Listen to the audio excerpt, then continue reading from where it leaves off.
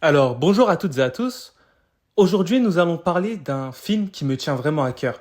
Parce que c'est le film qui m'a vraiment donné envie de continuer à découvrir le cinéma, qui m'a vraiment donné ce regain d'énergie et de volonté dans ma découverte de cinéma. Ce film est nul autre que The Dark Knight.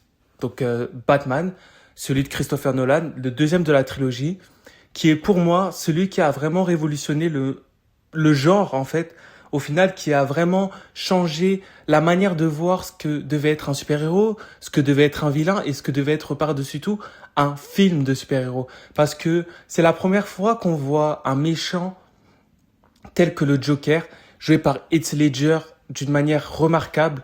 Il m'a bluffé vraiment pendant le film et la première fois que je l'ai vu, je me rappelle que j'ai gardé en tête ce personnage jusqu'à aujourd'hui, jusqu'à ce jour-là où je l'ai revu. Du coup, le jour que je l'ai revu, c'était il y a quelques mois. Et là, je l'ai vraiment revu il y a quelques jours. Ce qui fait que ma note interne, du coup, ma note personnelle ne baisse toujours pas sur le film. Et je trouve ça exceptionnel qu'après tant d'années, tant de films qui sont passés entre-temps, aucun presque n'arrive à la hauteur de ce dernier qui a quand même été sorti et qui a été fait euh, pour les salles et les grands écrans en 2008 et de voir aujourd'hui qu'il est toujours aussi révolutionnaire et dans l'air du temps, ça me fait ultra plaisir parce que c'est vrai qu'il y a certains films qu'on peut revoir et qu'on se dit que ok, j'aime bien, sauf que c'est vrai que ça dénote par rapport un peu à ce que j'avais vu et ce que j'avais pu ressentir auparavant. Et quand je re-regarde certains films, ça me donne vraiment ce regain, ce regain en fait de volonté d'en découvrir d'autres. Et c'est vraiment le style de film qui me donne envie de me refaire la trilogie, de me refaire d'autres films de super-héros, de redécouvrir certains films. Et dans The Dark Knight, ce qui est vraiment incroyable, et le film regorge d'un potentiel énorme, parce que déjà, il est porté sur l'un des super-héros les plus médiatisés, les plus aimés de notre génération, qui est Batman. Ensuite, ce qui est intéressant, ce sera vraiment la vision du Joker. Le Joker qui est en totale opposition et contradiction au caractère de Batman, sauf que au final, ils ressemblent un peu. Et je vais vous expliquer pourquoi. Parce que, en soi, quand on regarde bien dès le début, le Joker est revendiqué tel un psychopathe. Il se revendique fou, une personne qui perd la tête, une personne qui est complètement sadique presque. Elle aime faire du mal aux autres. Elle a des alliés déjà dès le début où il braque la banque avec d'autres types et d'autres personnes. Donc on ne connaît ni leur identité, ni leur nom, ni leur âge. D'autres hommes en tout cas qui portent des masques de clowns et qui vont se revendiquer en fait alliés du Joker. Donc ils vont aider le Joker principal, le clown principal, à dévaliser la banque, à abattre tout le monde, à tétaniser tout le monde avec leurs armes. Et dès ce début-là, tu comprends la volonté et la manière d'agir du Joker, qui est totalement individualiste, égoïste, et qui au final s'en fiche des émotions des autres. Lui, il est juste là pour s'accaparer du butin et l'avoir tout seul afin d'en profiter au maximum seul. On peut le voir qu'il va même tuer ses alliés à la fin du braquage dès qu'il sera réussi et qu'il va emporter tout avec lui. Va s'en jouer un jeu avec d'autres criminels qui auront auparavant euh, combattu contre le Batman, le Chevalier Noir, et qui vont commencer à élaborer des plans avec un certain asiatique, donc un grand homme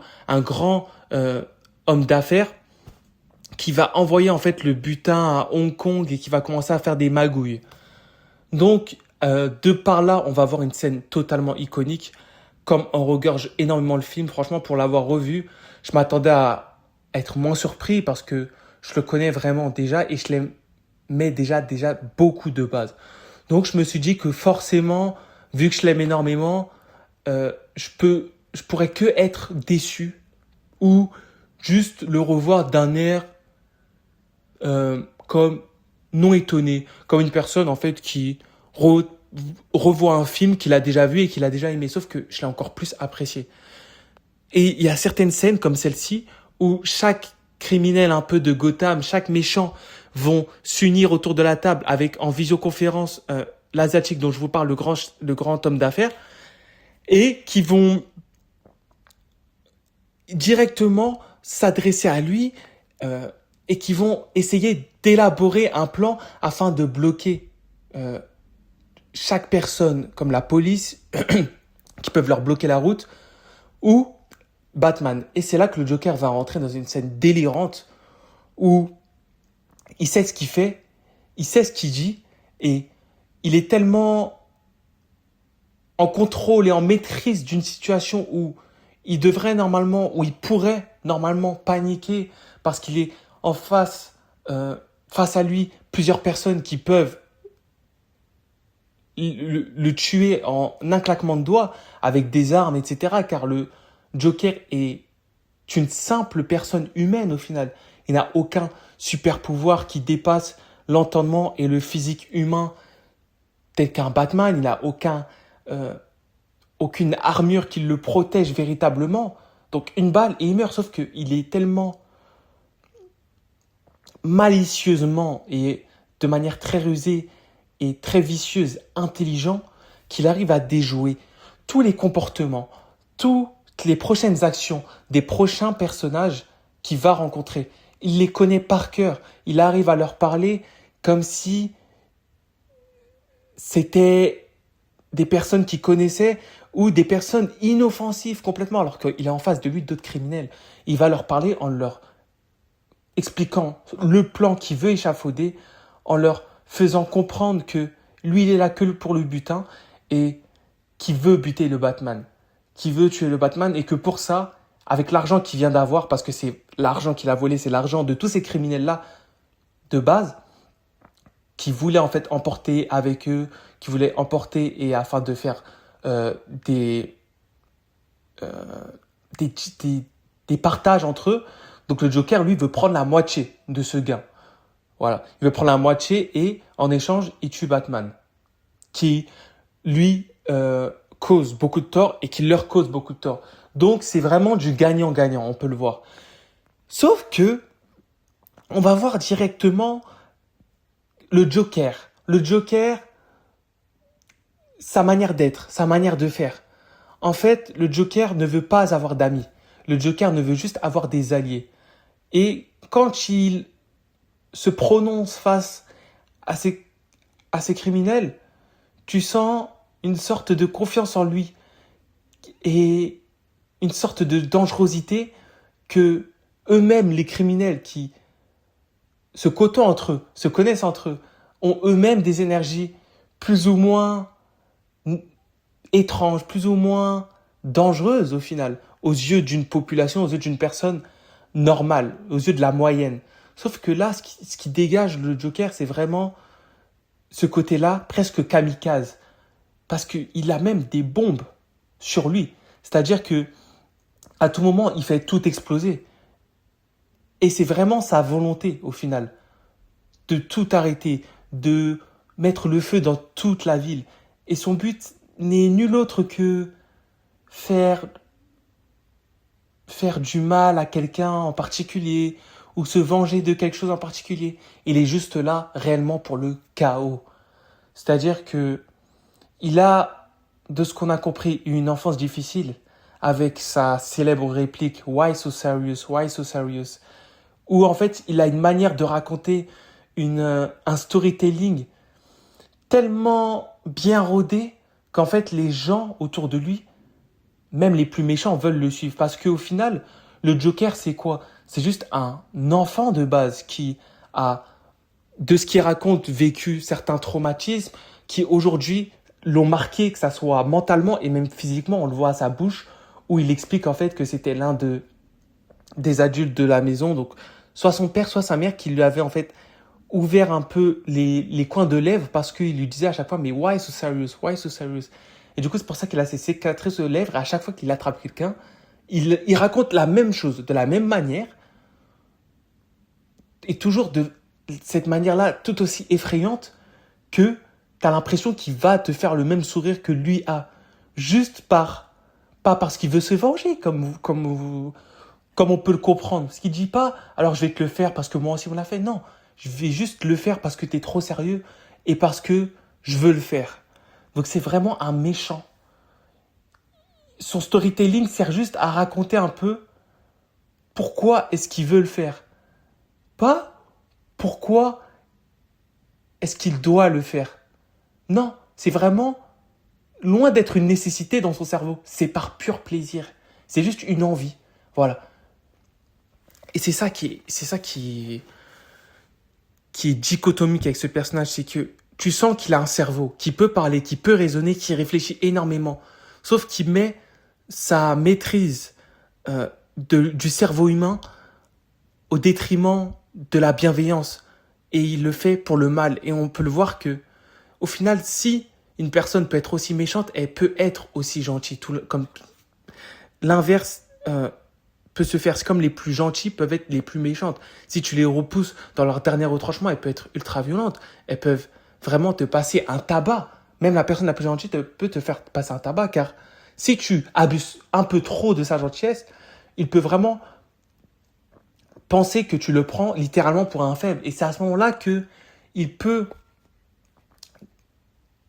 vraiment montrer un tout autre côté de lui qu'il a dans toute sa vie voulu cacher afin de justement euh, rester sur sa propre ligne directrice, sur celle de la personne qui est vraiment gentille et qui veut à tout prix faire le bien. Et on sent que le Joker aurait pu être une personne très maligne et une très bonne personne s'il aurait voulu dans la société, s'il aurait réfléchi totalement différemment.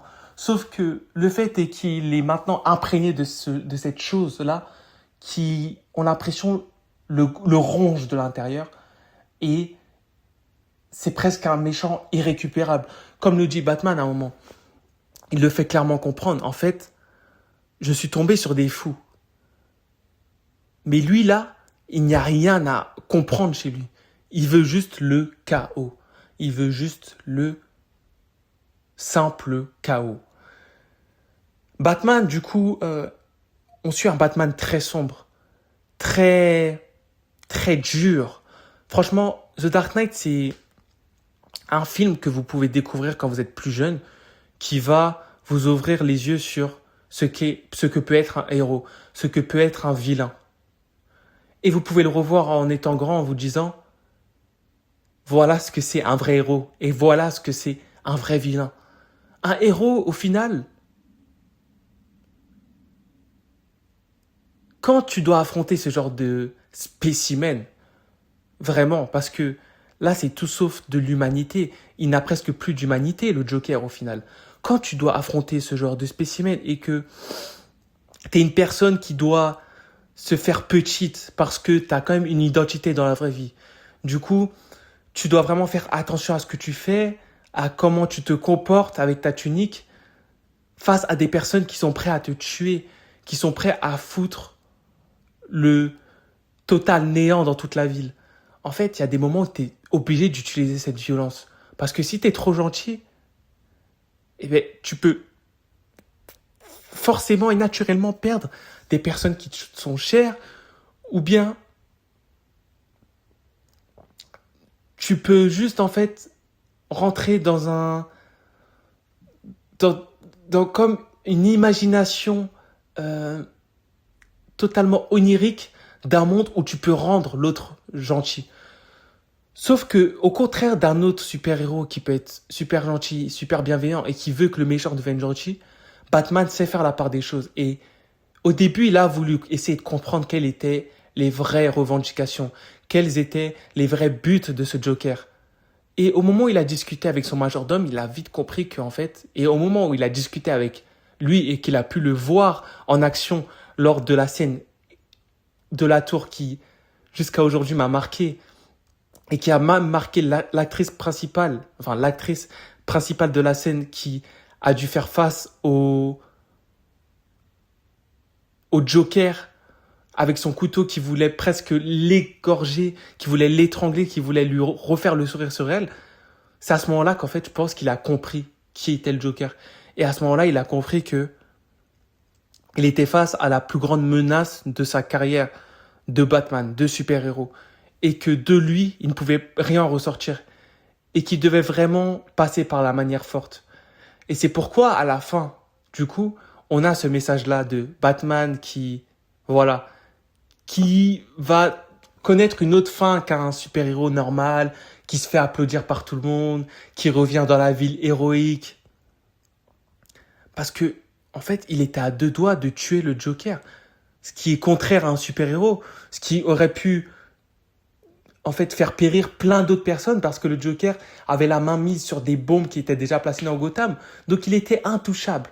Pas intouchable parce que il a des super-pouvoirs, intouchable parce qu'il calculait tout et que c'est une personne qui détenait toutes les clés de la ville, qui avait devancé la police, qui avait devancé le super-héros, qui avait tellement cette longueur d'avance qui fait que pour l'atteindre, tu devais parfois vraiment utiliser la manière forte jusqu'à en fait mettre en péril tes propres valeurs, ce qui fait que si tu lui faisais trop de mal jusqu'à le tuer, tu pouvais tuer tes propres valeurs, tu pouvais tuer ta réputation et tout ce qui se passe dans l'âme, même si c'est autre que physique, c'est comme une mort en soi. Quand, par exemple, tu perds une relation, c'est comme une mini-mort dans ta vie. Car cette personne-là faisait comme partie intégrante de ta vie, faisait presque partie de toi. Et quand tu la perds, c'est comme une mini-mort. Et comme un phénix, tu dois te réinventer. Tu dois faire une résurrection. Et te réinventer et vraiment renaître de tes flammes. Et là, ça aurait pu être une petite mort de la part de Batman de tuer le Joker, parce que ça aurait été le premier vilain de mes souvenirs, en tout cas de ceux de Christopher Nolan, et de ceux que j'ai vus, qu'il allait tuer, littéralement. Et en tout cas de ceux de Christopher Nolan. Et c'est bien sûr un aspect assez intéressant, parce que tu sens que Batman, pour la première fois, peut totalement déjanter, peut totalement tourner au méchant de l'histoire. En fait, t'as presque l'impression que des fois, il est à deux doigts de le devenir. Et qu'il est à deux doigts de devenir aussi cruel que le Joker. Parce qu'en soi, le Joker, ce qu'il fait, c'est braquer des banques, vouloir de l'argent. Il est même prêt à sacrifier ses alliés pour réussir et pour continuer dans son aventure. Sauf que on peut bien le voir que il arrive à avoir ce leadership qui fait qu'il a d'autres alliés, qu'il arrive en fait à chaque fois à rapatrier des personnes qui, comme on le sait, il y a beaucoup de personnes au final qui aujourd'hui n'ont plus rien dans leur vie, qui n'ont plus rien à gagner, qui sont même des fois condamnées à périr, qui ont une maladie, qui savent qu'il ne leur reste plus rien dans leur vie. Et ce genre de personnes comme le Joker, dans un moment un peu faible de ta vie, malheureusement, vu qu'ils sont très forts dans le storytelling, vu qu'ils peuvent te promettre des choses, faut toujours rester sur tes gardes parce que c'est le genre de personnes qui, de par leur manière de faire, leur manière d'agir, leur éloquence, leur confiance en elles au final, parce qu'il y a beaucoup de héros qui manquent de cette confiance en eux, de vilains qui manquent de cette confiance en eux, qui ont besoin d'être comme pris par une entité, ou qui ont besoin de mettre leur masque de super vilain, qui ont besoin d'un engin pour être vilain, qui ont besoin de leur arme pour se sentir fort et faire leur crime, afin d'avoir confiance en eux. Là, tu sens que le Joker a une confiance en lui, malgré le fait que ça soit un méchant, malgré le fait qu'il n'y a rien à vraiment s'inspirer d'une personne aussi mal que le Joker. On peut que avouer qu'il a une confiance en lui qui fait que s'il l'aurait mis au détriment et s'il l'aurait mis en fait afin de faire le bien, ça aurait été une personne très grande aujourd'hui peut-être. Le Joker, ça aurait été un très grand chef d'affaires, un très grand chef d'entreprise.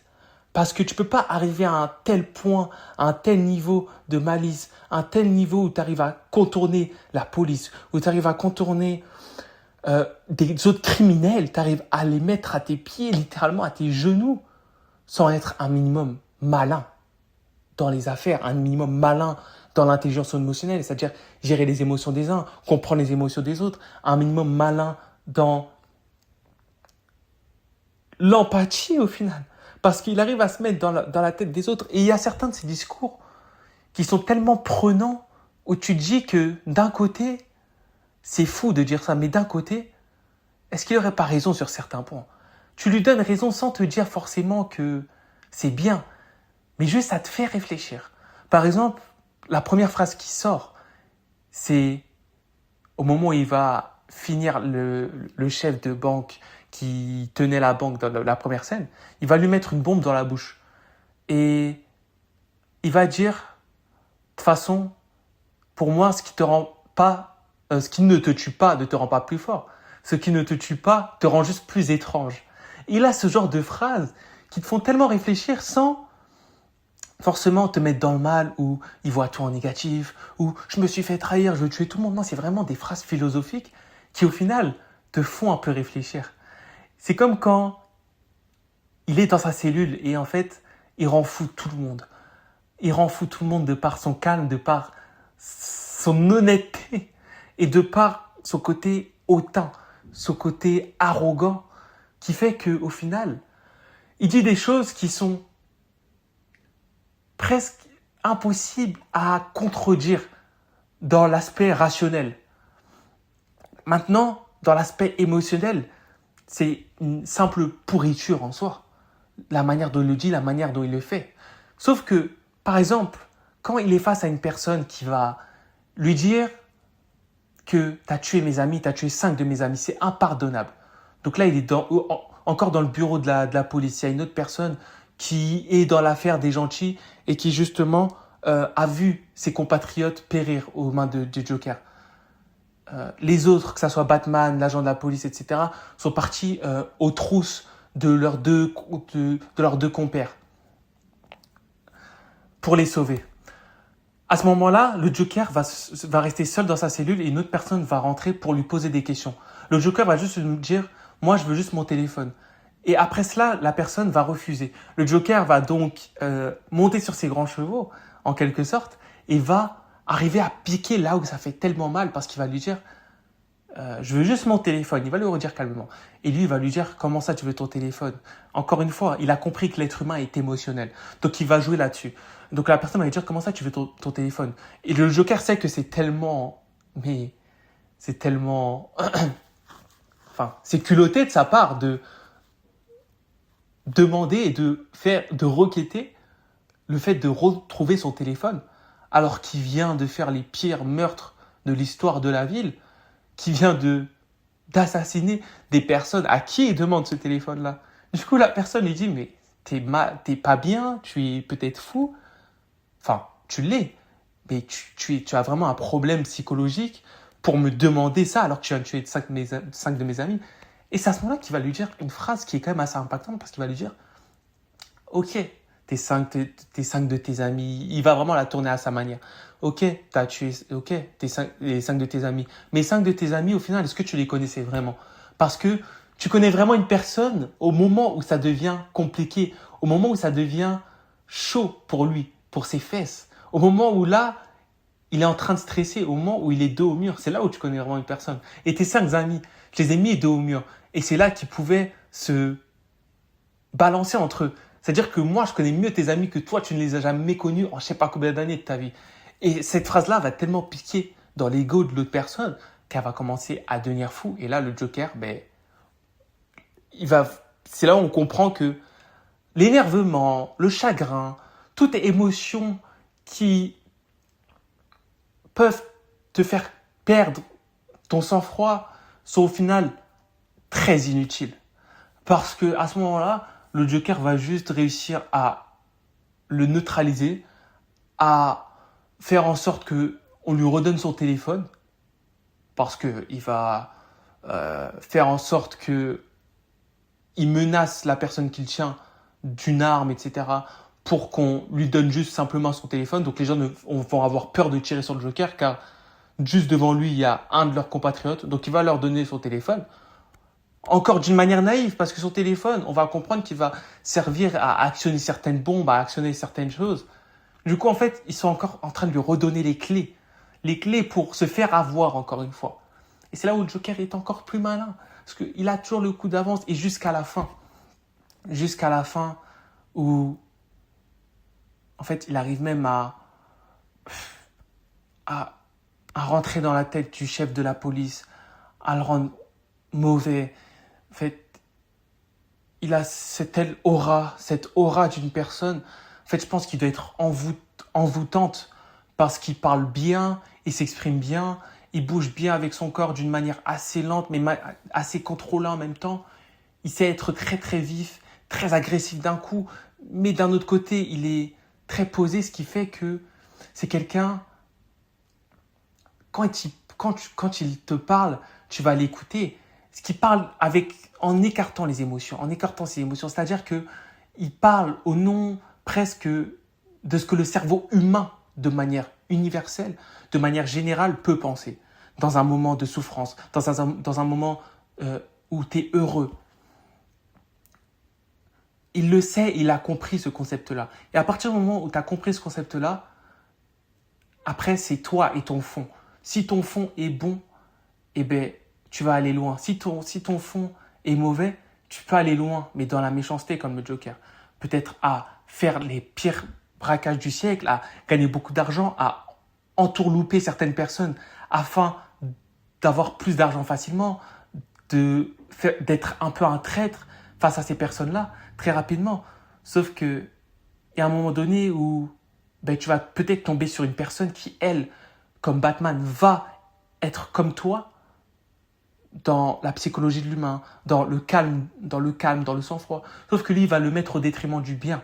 Et au final, ce sera généralement le gentil qui va gagner. Sauf qu'à la fin de ce film, au final, on sait, même là, après l'avoir vu plusieurs fois, qui a vraiment gagné, parce que le Joker a réussi à repatrier, non à tuer, mais vraiment à retourner des personnes gentilles en personnes méchantes, en personnes qui elles-mêmes ont fait du mal à d'autres, a réussi en fait à faire éclipser Batman, à lui faire perdre son poste, clairement, parce qu'à la fin, on peut voir que Batman va s'éclipser.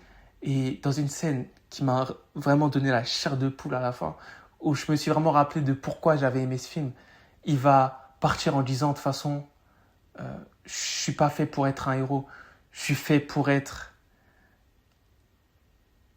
cette personne de l'ombre, cette personne qui veille sur les autres, cette personne qui va jamais être applaudir, cette personne qu'on va vouloir poursuivre. Mais c'est ma mission. Et après, il va s'enfuir parce que, en fait, son plan était de faire que l'agent de police, donc le chef de la police qui est devenu double face, ne soit pas vu par Gotham comme une personne qui s'est retournée de manière totalement à l'opposé de ses valeurs et qui est devenu méchant, mais plutôt que ça soit Batman, la figure un peu sombre, la figure qui fait peur, la figure qui a le regard noir, qui a commis peut-être ces 5 petits meurtres et non double face. Ce qui fait qu'en fait, qui a vraiment gagné dans l'histoire? Et c'est là où tu vois que c'est vraiment l'un des premiers films de super-héros, c'est le seul, au final, qui te fait réfléchir. Tu peux le revoir plusieurs fois, tu vas jamais t'ennuyer. Et c'est ça qu'on cherche en fait, c'est ça qui est bien dans ce film, c'est qu'il apporte réellement sur qu'est-ce qu'un héros, qu'est-ce qu'un vilain au final. Pourquoi est-ce que le vilain parfois a même des réactions et des propos plus intelligents que certains gentils? Pourquoi est-ce que ces phrases font réagir? Donc franchement, c'est mon meilleur film de super-héros, objectivement. Maintenant, c'est vrai que il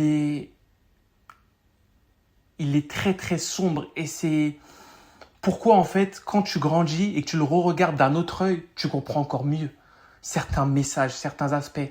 Il y a peu de paroles inutiles, vraiment. Les mots sont dits de la bonne manière, au bon moment, au bon timing, que ce soit du côté de Batman ou du Joker. Ce qui fait qu'en fait, on fait tellement le lien entre ces deux personnages qui se ressemblent, qui se ressemblent et qui s'opposent tellement. Donc franchement, merci de m'avoir écouté. C'est un épisode qui me tenait à cœur et on se retrouve pour un très prochain épisode.